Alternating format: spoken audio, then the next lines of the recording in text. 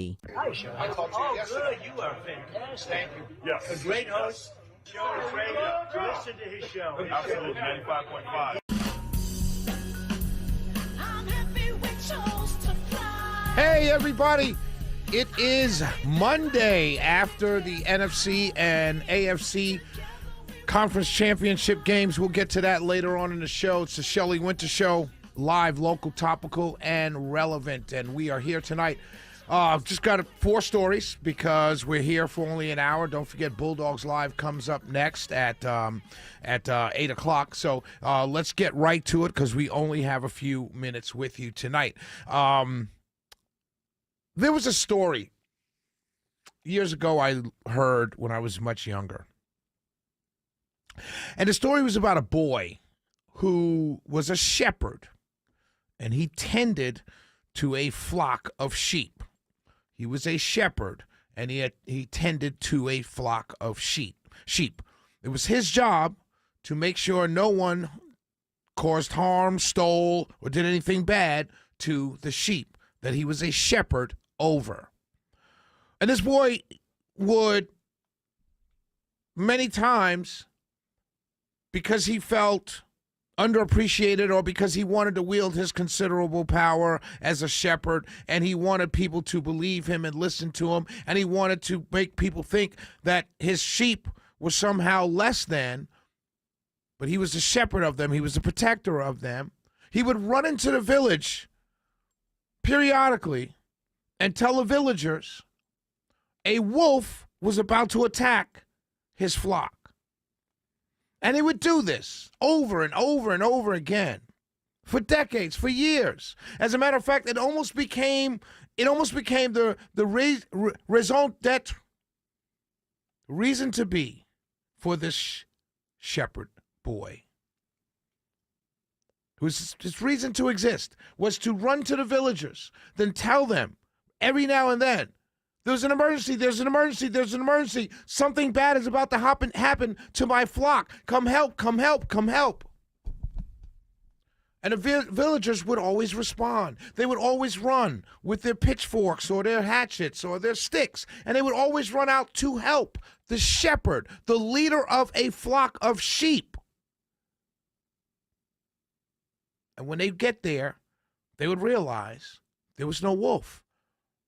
There was nothing to see here. It was all a lie. It was all made up. And that's what would happen. And it went on. All the time, went on. Lie after lie, week after week, narrative after narrative. This shepherd would run to the villagers. Villagers, my flock is in trouble. We need your help. And the villagers would come running, and nothing would be there. Nothing would be there. And the shepherd would continue to do this time and time again. And the villagers would go time and time again. And the flock would just be there, taking the shepherd's message. When the shepherd said a wolf was attacking, the flock would run, not knowing or looking back to see if there was a wolf or where he was coming from. They would just run because the shepherd said a wolf was coming to attack them. And then one day, years in the future, one day, the flock, upon responding to yet another of the shepherd's exhortations about being attacked, the flock was running in a direction, not sure what they were running from, but the shepherd said there was danger, and the flock just took off running. And the shepherd ran to the village to say, yes, something is attacking my flock. A bad wolf is attacking my flock. Can you come help us? And the village looked at the shepherd and kind of shrugged their shoulders and kept going on with their day. And the shepherd excitedly continued to shout and shout, "They're attacking my flock. They're attacking my flock. You must help us."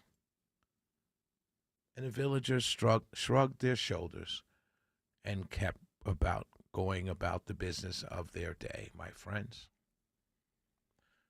And that flock who had listened to the shepherd's calls of something getting ready to happen to them. Every single time they ran, every single time they tried to get out of the way, even though there was nothing coming after them. But they were listening to the shepherd. And all of a sudden, something really did descending them. A big bad wolf did come along and devoured the entire flock. And the shepherd was left alone. He had no flock. He had no one to shepherd over. He had no one to lead anymore. What was he going to do?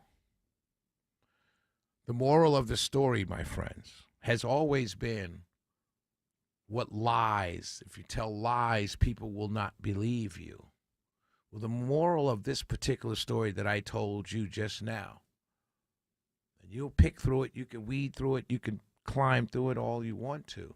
The fact of the matter is, if there are people out there who spend their time pushing stories and lies in order to move a flock of sheep in the direction they need to move them to, and consistently runs to a group of villagers, i.e. the media or the community or the town hall, to gather help every time they make up a lie, eventually, no one's going to believe you. And when a real example of a serious situation comes up, no one's going to be there, and you're going to be destroyed. Now, I'm not going to say who this is directed to, nor am I going to tell anybody that I'm speaking to a specific audience. I'm saying to you that if you're listening to me right now, that story is directed to all of us. It's directed to every American in this country, Republican, Democrat, Independent, Libertarian. Because what I'm seeing over the last 6 days is I'm seeing people literally like sheep be moved by narratives which are complete lies. Complete lies. Over immigration, over DEI, over PICS, everything. And they're being moved like a flock of sheep, led by a shepherd, over lies. And if it doesn't stop, eventually, there's going to be a real serious situation.